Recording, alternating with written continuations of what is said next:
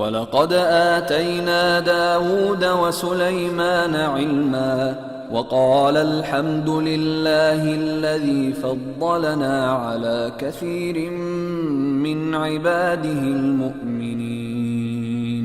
وورث سليمان داود وقال يا أيها الناس علمنا منطق الطير وأوتينا من كل شيء إن هذا لهو الفضل المبين. وحشر لسليمان جنوده من الجن والإنس والطير فهم يوزعون حتى إذا أتوا على واد النمل قالت نملة يا أيها النمل ادخلوا مساكنكم لا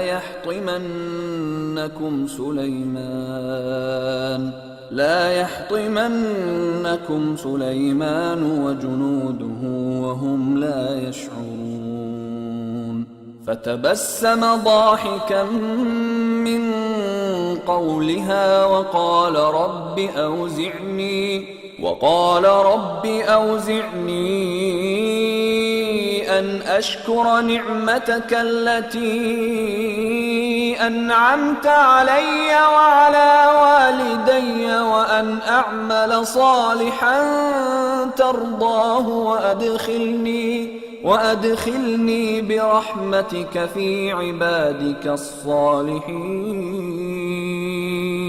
وتفقد الطير فقال ما لي لا أرى الهدهد أم كان من الغائبين لأعذبنه عذابا شديدا أو لأذبحنه أو ليأتيني بسلطان مبين. فمكث غير بعيد فقال أحطت بما لم تحط به وجئتك من سبأ بنبأ يقين. إني وجدت امرأة تملكهم وأوتيت من كل شيء ولها عرش عظيم. وجدتها وقومها يسجدون للشمس من دون الله وزين لهم الشيطان أعمالهم فصدهم عن السبيل فهم لا يهتدون. ألا يسجدوا لله الذي يخرج الخبأ في السماوات والأرض ويعلم ما تخفون وما تعلنون. الله لا إله إلا هو رب العرش العظيم. قال سننظر أصدقت أم كنت من الكاذبين. اذهب بكتابي هذا فألقه إليهم ثم تول عنهم فانظر ماذا يرجعون. قالت يا أيها الملأ إني ألقي إلي كتاب كريم إنه من سليمان وإنه بسم الله الرحمن الرحيم ألا تعلوا علي وأتوني مسلمين. और हमने दाऊद और सुलेमान को इल्म बख्शा और उन्होंने कहा कि अल्लाह का शुक्र है जिसने हमें अपने बहुत से मोमिन बंदों पर फजीलत दी।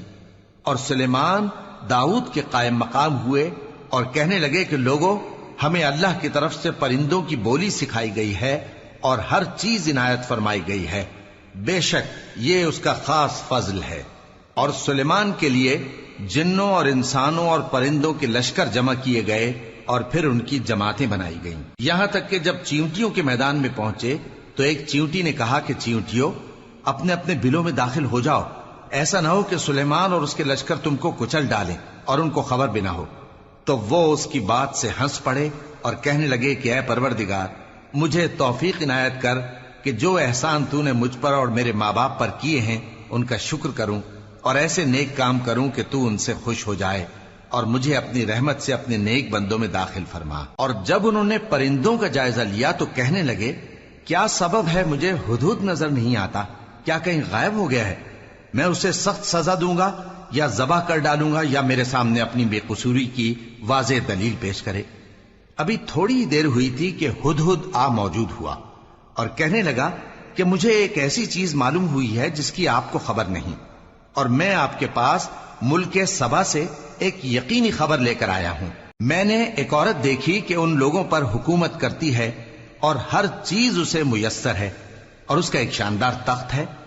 میں نے دیکھا کہ وہ اور اس کی قوم اللہ کو چھوڑ کر آفتاب کو سجدہ کرتے ہیں، اور شیطان نے ان کے اعمال انہیں آراستہ کر دکھائے ہیں اور ان کو رستے سے روک رکھا ہے، پس وہ رستے پر نہیں آتے اور نہیں سمجھتے ہیں کہ اللہ کو جو آسمانوں اور زمین میں چھپی چیزوں کو ظاہر کر دیتا اور تمہارے پوشیدہ اور ظاہر اعمال کو جانتا ہے، کیوں سجدہ نہ کریں؟ اللہ کے سوا کوئی عبادت کے لائق نہیں، وہی عرش عظیم کا مالک ہے۔ سلیمان نے کہا اچھا، ہم دیکھیں گے تو نے سچ کہا ہے یا تو جھوٹا ہے۔ یہ میرا خط لے جا اور اسے ان کی طرف ڈال دے، پھر ان کے پاس سے ہٹ جانا اور دیکھنا کہ وہ کیا جواب دیتی ہیں۔ ملکہ نے کہا کہ دربار والوں، مجھ تک ایک نامہ گرامی پہنچایا گیا ہے، وہ سلیمان کی طرف سے ہے اور مضمون یہ ہے کہ شروع اللہ کا نام لے کر جو بڑا مہربان نہایت رحم والا ہے، بعد اس کے یہ کہ مجھ سے سرکشی نہ کرو اور مطیع و فرما بردار ہو کر میرے پاس چلے آؤ۔